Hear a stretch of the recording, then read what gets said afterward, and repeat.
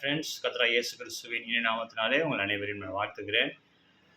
இந்த நாளிலும் கூட கர்த்தர் ஒரு புதிய மாதத்துக்குள்ளே நம்மளை அழைத்து வந்திருக்கிறார்.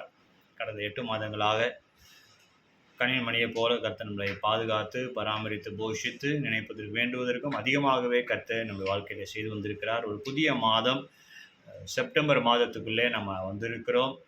இந்த மாதத்திற்குரிய வாக்குத்தத்த வசனத்தை நம்ம வாசிப்போம்.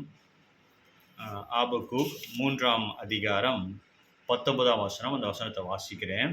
ஆண்டவராகிய கர்த்தர் என் பெலன், அவர் என் கால்களை மான்கால்களைப் போல ஆக்கி உயரமான ஸ்தலங்களில் என்னை நடக்க பண்ணுவார். ஹல்லேலூயா! உயரமான ஸ்தலங்களிலே கர்த்தர் நம்மை நடக்க பண்ணுவார். அவர் ஏற்றுக்கொண்ட பிள்ளைகள், அவரை தம் சொந்த இரட்சகராக ஏற்றுக்கொண்ட ஒவ்வொருவரையும், அவரை நம்பி இருக்கிற ஒவ்வொருவரையும் கர்த்தர் என்ன பண்ணுவார்? உயர்ந்த அடைக்கலத்தில் வைப்பார். உயரமான ஸ்தலங்களிலே கர்த்தர் நம்மளை நடக்க பண்ணுவார். High places, God will set you in high places. So இந்த வாக்குத்தத்தத்தை உறுதியாக நீங்கள் பற்றிக்கொள்ளுங்கள். வேதத்தில் சுருக்கமாக ஒரு 3 நபர்கள் அவர்களை பற்றி தியானிக்க போகிறோம். அவர்களை கர்த்தர் உயர்த்தினார். சாதாரணமான அவங்க ஒரு தொடக்கமாக இருந்தது, ஆனால் அவங்க வாழ்க்கையில் உயர்ந்த ஸ்தலத்தில் கர்த்தர் அவர்களை வைத்தார். முதலாவதாக நபர் யோசேப்பு. ஆதியாகமம் 37ஆம் அதிகாரத்திலேருந்து அவருடைய வரலாற்று நம்ம வாசிக்க முடியும். அங்கே 37ஆம் அதிகாரம்லேருந்து நம்ம வாசித்து பார்க்கும்போது ஆண்டவர் அவருடைய வாழ்க்கையில் அவரை உயர்த்தினார். சாதாரணமாக குடும்பத்தாரால் புறக்கணிக்கப்பட்டார், அவருடைய சொந்த சகோதரர்களால் வெறுக்கப்பட்டார், அடிமையாக விற்கப்பட்டார். ஆனால் அந்த வேற ஒரு தேசத்தில் அவர் சென்று கர்த்தர் அவரை உயர்த்தினார். இந்த யோசேப்பு உயர்ந்ததுக்கு ஒரு காரணம் என்னன்னு சொன்னால், ஆண்டவர் அவர் சிறு வயது இருக்கும்போது அவருக்கு ஒரு சொப்பனத்தை கொடுக்குறார். ஆனால் நான் அதை எப்படி பார்க்குறேன்னு சொன்னால், I see it as a vision. அது வெறும் சொப்பனம் அல்ல, அவருடைய வாழ்க்கையை குறித்ததான ஒரு தரிசனத்தை கர்த்தர் கொடுக்கிறார். அந்த தரிசனம் தான் அவரை உயர்த்தினது. அந்த தரிசனத்தின் மேலே ஒவ்வொரு நாளும் அவர் அதற்காக என்ன பண்ணியிருப்பார்? ஸ்தோத்திரம் பண்ணியிருப்பார். அந்த தரிசனம் அவர் கண்கள் முன்பதாக இருந்திருக்கும். அதுதான் அவர் பாவம் செய்யக்கூடிய ஒரு சூழ்நிலை வந்த பொழுதும் அந்த இடத்தை விட்டு அவர் ஓடி போனார். யோசேப்பு பரிசுத்தமாக இருந்தார். பாவம் செய்யக்கூடிய ஒரு ஒரு வாய்ப்பு வந்தாலும் அதை விட்டு ஓடி போனார். ஏன்னா நான் என்ன யோசிக்கிறேன்னா, அந்த தரிசனம் அவர் கண்களுக்கு முன்பதாக இருந்திருக்கும். கர்த்தர் என்னை குறித்து ஒரு பெரிய திட்டத்தை வச்சிருக்கிறார்.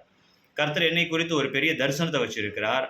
நான் என்ன பண்ணக்கூடாது? இப்படிப்பட்ட இழிவான காரியத்தில் நான் ஈடுபடக்கூடாதுன்னு சொல்லி அந்த தரிசனம் ஒவ்வொரு நாளும் அவர் கண்களுக்கு முன்பதாக இருந்திருக்கும். அந்த தரிசனத்தின்படி கர்த்தர் அவருக்கு செய்தார். 37 நீங்கள் வாசித்து பார்த்தீங்கன்னா 7ஆம் வசனத்துலையும் 9ஆம் வசனத்துலையும் 2 சொப்பனத்தை கொடுக்க. அவருடைய அரிக்கட்டுகள் மற்றவருடைய அரிக்கட்டுகள் அவருடைய அரிக்கட்டை வணங்கினது போல, அப்புறம் சூரியன், அப்புறம் சந்திரன், மற்ற கோள்கள் எல்லாம் அவரை வணங்கினது போல. ஸோ இந்த தரிசனத்தை ஒவ்வொரு நாளும் அவர் நினைச்சு பார்த்துருப்பார். கர்த்தர் எனக்கு ஒரு தரிசனத்தை வச்சிருக்கிறார். இன்றைக்கும் கர்த்தர் உங்களுக்கு ஒரு தரிசனத்தை கொடுத்துருக்கிறார். உங்களை உயர்த்துறதுக்கு முன்பதாக ஒரு தரிசனத்தை கொடுப்பார் உங்களுக்கு. எப்படிப்பட்ட தரிசனம்? அநேகருக்கு என்ன தரிசனம்? ஆண்டவரே, நான் ஒரு புல்லாக இருக்கேன், நான் ஒரு பூச்சாக இருக்கேன், நான் ஒரு ஒன்றுமே இல்லாதவனாக இருக்கிறேன், அப்படிப்பட்ட ஒரு தரிசனம் இருக்குது. ஆனால் ஆண்டவர் நம்மை குறித்து அப்படிப்பட்ட ஒரு தரிசனம் இல்லை. வேத நிறைய வசனத்தை வாசிக்கலாம். லூக்கா 12:6-7 நீங்கள் விசேஷித்தவர்கள் என்கிற ஒரு காரியத்தை கர்த்தர் சொல்கிறார்.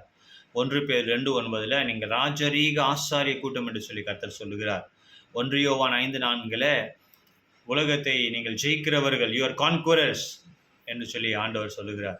கிதியோனை பார்த்து நியாயாதிபதி 6:12 நீ பராக்கிரமசாலி என்று சொல்கிறார். அப்போது இப்படிப்பட்ட காரியங்கள் கர்த்தர் நம்மளை குறித்து பெரிய திட்டங்களை வைத்திருக்கிறார். நீங்கள் ஆளுகை செய்வீர்கள், நீ கீழாகாமல் மேலாவாய், நீ வாளாகாமல் தலையாவா என்று சொல்லி ஒரு தரிசனம். இது எல்லாமே தரிசனம் தான். அப்போது வேதத்தில் கர்த்தர் தாவீதை உயர்த்தினார், யோசேப்பை உயர்த்தினார், எப்படிப்பட்ட நபர்களை உயர்த்தினார்னு சொன்னால் அது என்னை குறித்து ஆண்டவர் சொல்லியிருக்கிறார். என்னையும் கர்த்தர் உயர்த்துவார் என்கிற ஒரு தரிசனம் நமக்கு இருக்க வேண்டும்.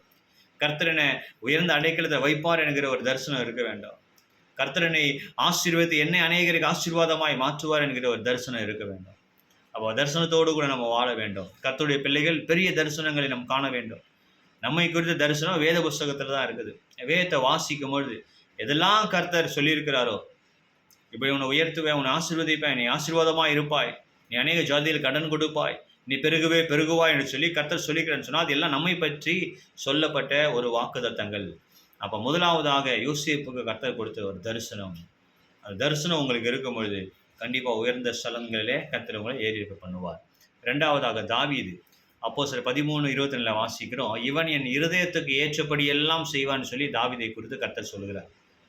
அப்போ தாவீதை வந்து ஆண்டவர் உயர்த்தினார். ஆடு மேய்த்து கொண்டிருந்த தாவீதை அரசனாய் மாற்றினார். தாவீதை உயர்த்தின தேவன் உங்களையும் உயர்த்துவார்.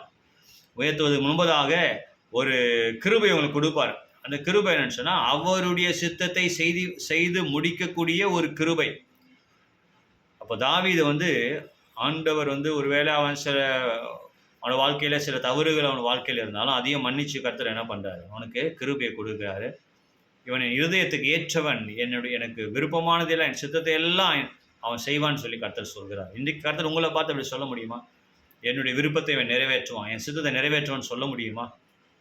தாவீது கர்த்தருடைய சித்தத்தை செய்து முடிக்கிறவனாய் காணப்பட்டான். யோவான் 2:5 மரியாள் சொல்றாங்க, அவர் என்ன சொல்கிறாரோ அதன்படி செய்யுங்கள். Do whatever he chase.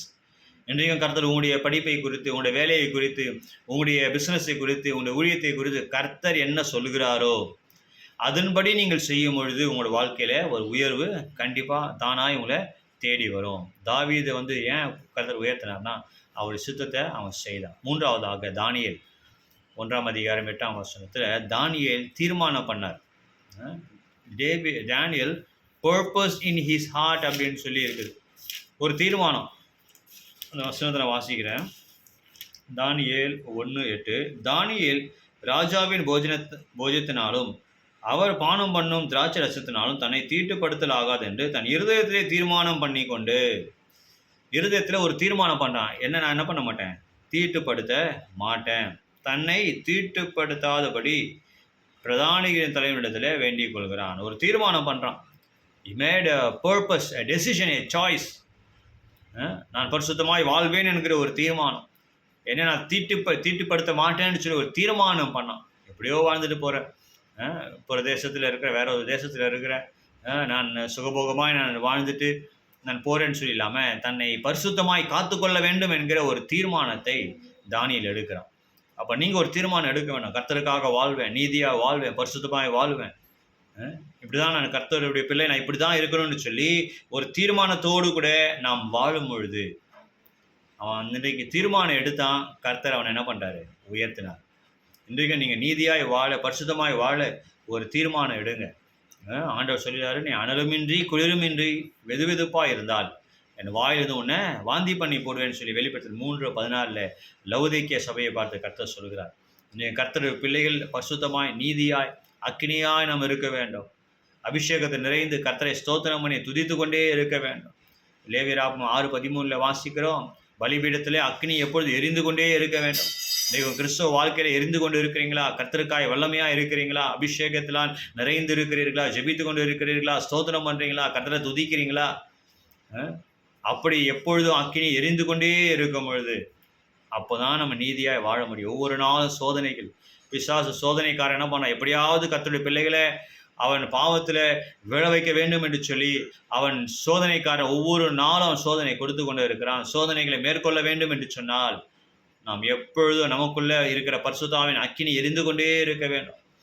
எப்போ எரியும், நான் தீர்மானம் பண்ணுவேன், தானியேலை போல வேதத்தை வாசிப்பேன், ஜெபிப்பேன், உபவாசம் பண்ணுவேன், நான் கர்த்தருக்காக ஊழியம் செய்வேன், கர்த்தருக்காக நான் கொடுப்பேன் எப்படின்னு சொல்லி நாம் ஆவிக்குரிய காரியங்கள் செய்வதில் நாம் தீர்மானம் பண்ணிக்கொண்டே இருக்க, ஒவ்வொரு நாளும் தீர்மானம் எடுத்துக்கொண்டே இருக்க வேண்டும்.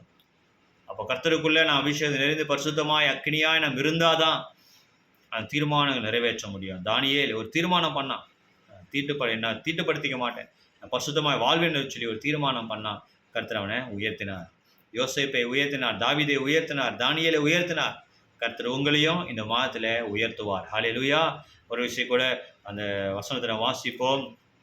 நமக்கு 3:19 கர்த்தர் நம்மளை பூமியின் உயர்ந்த ஸ்தலங்களிலே ஏறுக்கும்படி பண்ணுவார். அந்த வசனத்தை வாசிக்கிறேன். 3:19 மறுபடியும் ஒரு விஷயம் கூட வாசிப்போம். இந்த கடைசி பகுதியை, உயரமான ஸ்தலங்களில் என்னை நடக்க பண்ணுவார். ஹல்லேலூயா. ஸோ அந்த வாக்குத்தத்தை வச்சு ஜெபிங்க.